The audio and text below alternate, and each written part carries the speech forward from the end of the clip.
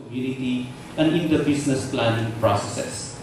At least 3 test marketing were successfully conducted by each team for each project area, and the corporate firms, no less, became their buyers.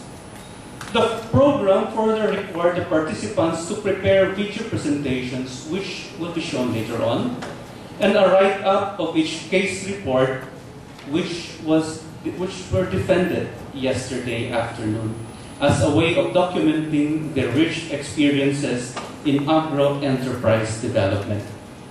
They have done all this, and now they are ready to receive their certificates for participating and or completing the whole program.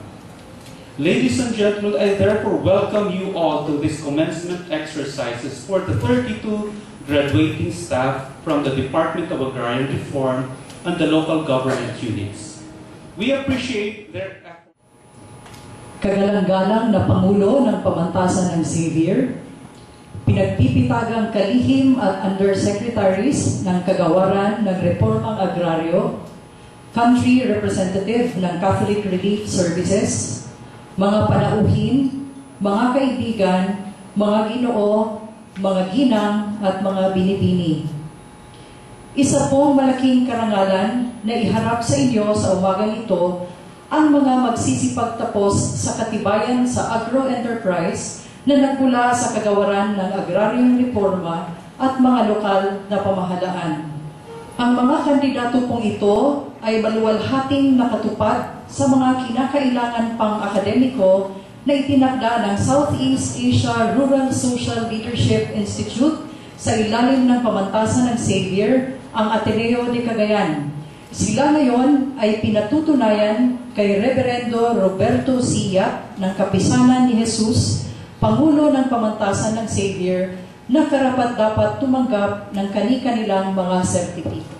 Sa bisa ng kapangyarihan bilang Pangulo ng Pamantasan ng Xavier, Ateneo de Cagayan at batay sa patunay na mga trainers ng Southeast Asia Rural Social Leadership Institute, Kagawaran ng Reformang Agraryo at Catholic Relief Services, ipinahahayag ko na kayo ay nagtapos at ipinagkakaloob ko sa inyo ang inyong mga sertipiko, taglay ang lahat ng mga nauukol na karapatan at pribilehiyo. Congratulations sa lahat.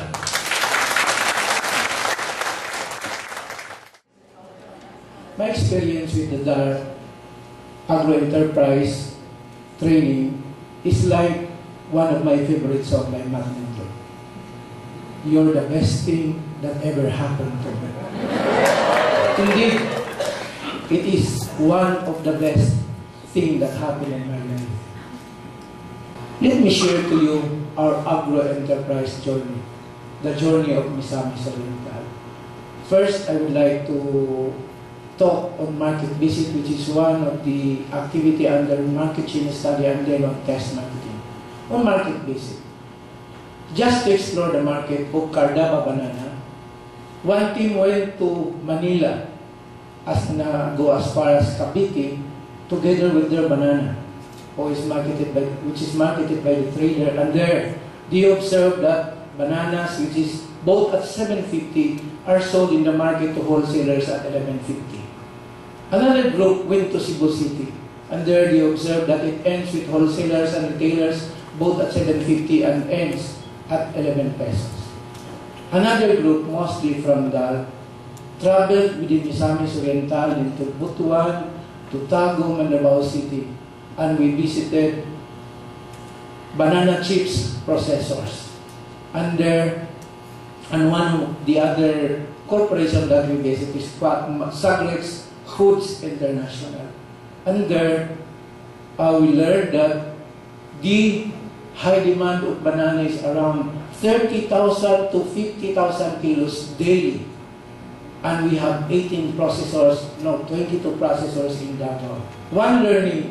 Two learnings that we have on this market visit is, first, we realized that aside from the market that we have in the area, there is a high demand of our Cardaba banana outside. We just need to explore it. Another is that through value addition, through processing and through marketing to institutional markets like banana chips processors, we can get a higher price for our products. What are the challenges on this endeavor? First is the project really demands, and it is a heavy load on our part, added to the heavy load that we have already. So we have to balance our role. Another challenge is to change the mindset of the farmers, because these farmers are already contented with what they have, the kind of market that they have. So we have really to lead and guide them and show them that there are better opportunities outside. I am sure that the same experience have been learned by our colleagues from Davao del Sur and Bukidnon on their rice product, from Pangasinan on their squash, and from Nueva Ecija on their tomato. And because of these experiences and learnings, I recommend to management to continue the project or to expand the project, which management has already done and budgeted for this year. Thanks.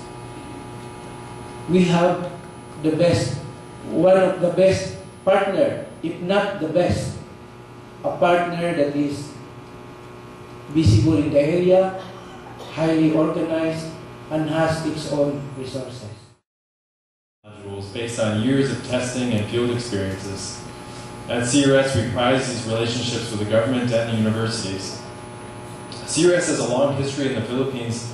We started working in the Philippines in 1945 in emergency relief, and over the years our dedication grew to help those in poverty through agriculture and peace building. As an agency, CRS has pioneered Agroenterprise for small farmers in other parts of the world, in Asia, Africa, Latin America. But proudly for us in the Philippines, our program and partner staff have contributed to much of our agency's learning and innovation in Agroenterprise. We're here today because of the united dedication and the idea that small farmers are an important part of agriculture, and that supporting small farmers is essential to bringing them out of poverty. From what we hear and what we see, we sometimes imagine a bleak picture for agriculture. Climate change and natural disasters, small land holdings, and price fluctuations, these are all major challenges that farmers face. But behind these challenges, we can see in the videos that we just saw and what you've seen in the field, that there's big opportunities for small farmers. And the good news is that the economy is growing, the markets are strong, and farmers should benefit more. The Agroenterprise training program is an important step in adding more comprehensive extension support for small farmers with a focus on market-based agriculture. It's designed for small farmers. Production is most definitely an important factor in increasing farm incomes, but to really benefit, farmers need to be prepared and understand and embrace markets. And we need to help small farmers and employ this Agroenterprise mindset. Through our partnership with the Department of Agrarian Reform and NGOs in Mindanao, we are together embracing the potential for markets to help and not to hurt small farmers. This Agroenterprise development training course trains extension workers to solve these real-world problems with small farmers. This was never meant to be a purely academic exercise. All of the training materials have been developed by CRS, extension workers, and our NGO partners with Xavier University, based on actual experiences and tested solutions. We know that market problems and agricultural extensionists encounter may not always have an easy solution. Farmers have complex issues that need to encounter every day. Production problems that might be specific to certain crops, credit problems, value addition, price fluctuation, and market access. This Agroenterprise training course teaches about these different variables involved and then trains the participants to solve them. It highlights the importance of problem solving in the field and meant to help you bridge the theory by linking farmers to the markets and solve these practical problems. Some of these problems might be solved in the short term with some creativity on your part, but other problems are longer and more structural. But even just by knowing these, we can help to reduce risk to the farmers themselves. Sharing this father, and I said, once upon a time, when we talk about farmers, when we talk about rural development, when we talk about agriculture, when we talk about intervention in the life of a small farmer, the word markets and profits were bad words. Markets and profits were something that we could not rightly say in the development world and say, how can you be in development and talk about markets and profit? How can you be such a, to borrow the term, leveled against Deng Xiaoping? How can you be such a capitalist ruler? And of course, as an aside, when we talk about Deng Xiaoping and the Cultural Revolution, every time I get to a dialogue, I feel like Deng Xiaoping in the Cultural Revolution. For those of you who are familiar with DAR, the criticism, self-criticism of the Cultural Revolution is something that I experience on an almost weekly basis. But that's digressing. When we talk about markets and profits, a generation ago when I was growing up, that was something we never talked about. We've talked about price and we talked about controlled prices of fertilizers. We talked about cheap credit. We talked about less requirements in credit. We talked about fixed prices of rice. And we talked about lower prices of rice for the urban sector. When we talked about rice and commodities 3 decades ago, we talked about supply management. When we talked about international trade, we did not talk about international trade. We talked about commodity management and supply management in the UNCTAD. 1 decade, 2 decades after, we're talking about markets and profit. Where does that bring us? And when I look around the room, aside from a few, many of us actually grew up at that time. So when the Catholic Relief Service and the DAR began to talk about markets and profits, for many of us, it is not what we talked about when we were growing up. So the question I have for you is, after you're done with this course, what do we do next? You know, Susan, Ellen, and all the other people in there, many times we have a meeting and we end up asking ourselves philosophical questions or conceptual questions, and many times we don't have an answer. We just know that we have to start doing something about it. And it's the same thing for you. You've linked the market, the smallholder farmer, to the markets. You've linked them to the private buyers. The question I have in my mind is, from where I sit, what kind of programs does government have to do to get this thing going? I was telling Father Bobby, I said, you know, I'm always torn between training more government officials to do engagement with the market, such that when they succeed, the government officials like you succeed, you cannot even get an extra peso out of your salary because that is supposed to be your job. On the other hand, if we focus and do our trainings and our capacitation with development workers, my problem is I don't have the funds, the government does not have the funds to pay them while it's on a startup. Yung government officials, walang problema because they get a salary grade, they get a salary daily. But development worker, you not only have to worry about the operating expense, you now also have to worry about the salary. And the question is, when that smallholder organization finally succeeds, what is the exit mechanism that we will have for us in government and for the development workers who have actually linked that smallholder to the market? The second question I'd like to ask is, if we're talking about markets and profits,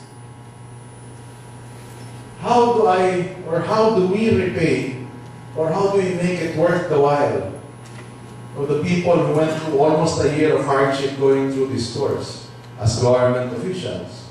And how do we reward the development workers who will spend the same amount of time trying to build up that smallholder? I'd like to think that all what we're doing here is all altruistic. All that we're doing here is because we believe in a cause that we're going to do it. Yes, I agree that all of us in this room perhaps are of that mind. But I'm also left with sleepless nights because I don't know how to reward the people like you who are doing such a good job. I wish I could reward you with something else. I wish you could be rewarded with a share in the profits for the farmers that you have. Perhaps the development organizations here can begin to think, what kind of exit mechanisms can we have for private sector who help smallholders? What kind of reward can we have? And that's why sometimes when I go to DAR and I tell them, you know, I would be so happy if some people in DAR who after going through this training tells me and says, sir, I want to retire because I want to be employed by the smallholder farmers co-op because they can pay me more than you can ever pay us. And frankly, people, I'll be so happy. Because now you can do what you like to do, you can do what you love to do, and at the same time be rewarded. Of course. But really, I think we have to realize that markets are really not the enemy, but they can be part of the solution. They can be harmful, I am sure, but we need to work with them so that they become part of the solution. A solution to what? We have been struggling here, the College of Agriculture, Xavier University, Sirsulin, with the question really of inclusive growth. We cite a very simple statistic to show the problem. It is very clear, records have shown us that the past 5 years, at least Region 10 has the highest growth rate, one of the highest in the country for agricultural production. I think that is undisputed. You can see that in the statistics. The growth rate of the agricultural sector is very high. But at the same time, if you look at the poverty statistics, the poverty incidence of Region 10 is also one of the highest in the country. And so you see the problem right there, that the sector is growing, the production is growing, but the incidence, the poverty incidence, especially rural poverty, is also very high. That means that there is growth, but the growth is not shared equitably. The fruits of the growth are not shared among the majority. And that is a challenge that we have been grappling with, and we frame that as the real challenge of the College of Agriculture of Sirsulin. I would like to say that this year, Sirsulin celebrates its 50th year, and we have been trying to redesign the programs of Sirsulin so that we can relaunch Sirsulin as a center for training for leaders in social development, in rural development. A center that will not only cater to the regular students, but to extension workers, to NGO workers, to development workers, so that we can really refocus our ideas and try to achieve sustainable development and inclusive growth. And it is clear to us that, again, we must try to make markets friendlier. And so this idea of linking with the supply chain, adding value to the products that are being developed, should be what should guide us in redesigning the programs of AGI and of Sirsulin. That we not only concentrate in making sure the production techniques are much better and state-of-the-art and the latest agricultural production techniques, but we should also look at processing so that we add value to process the agricultural products, and then also packaging so that we can really make the products attractive, and also what you have been linking here, really marketing and distribution. There is a whole value chain that we can really help people add value. Correctly, we have focused in the past really on production, the College of Agriculture in particular, but we are realizing that there is really much need for really also increasing the value added along this value chain, and that the value added also is enjoyed by the small farmer who also becomes an entrepreneur. And we see that that is really a way to go so that we can address these questions of there is no inclusive growth the rewards of the growth are not shared more equitably.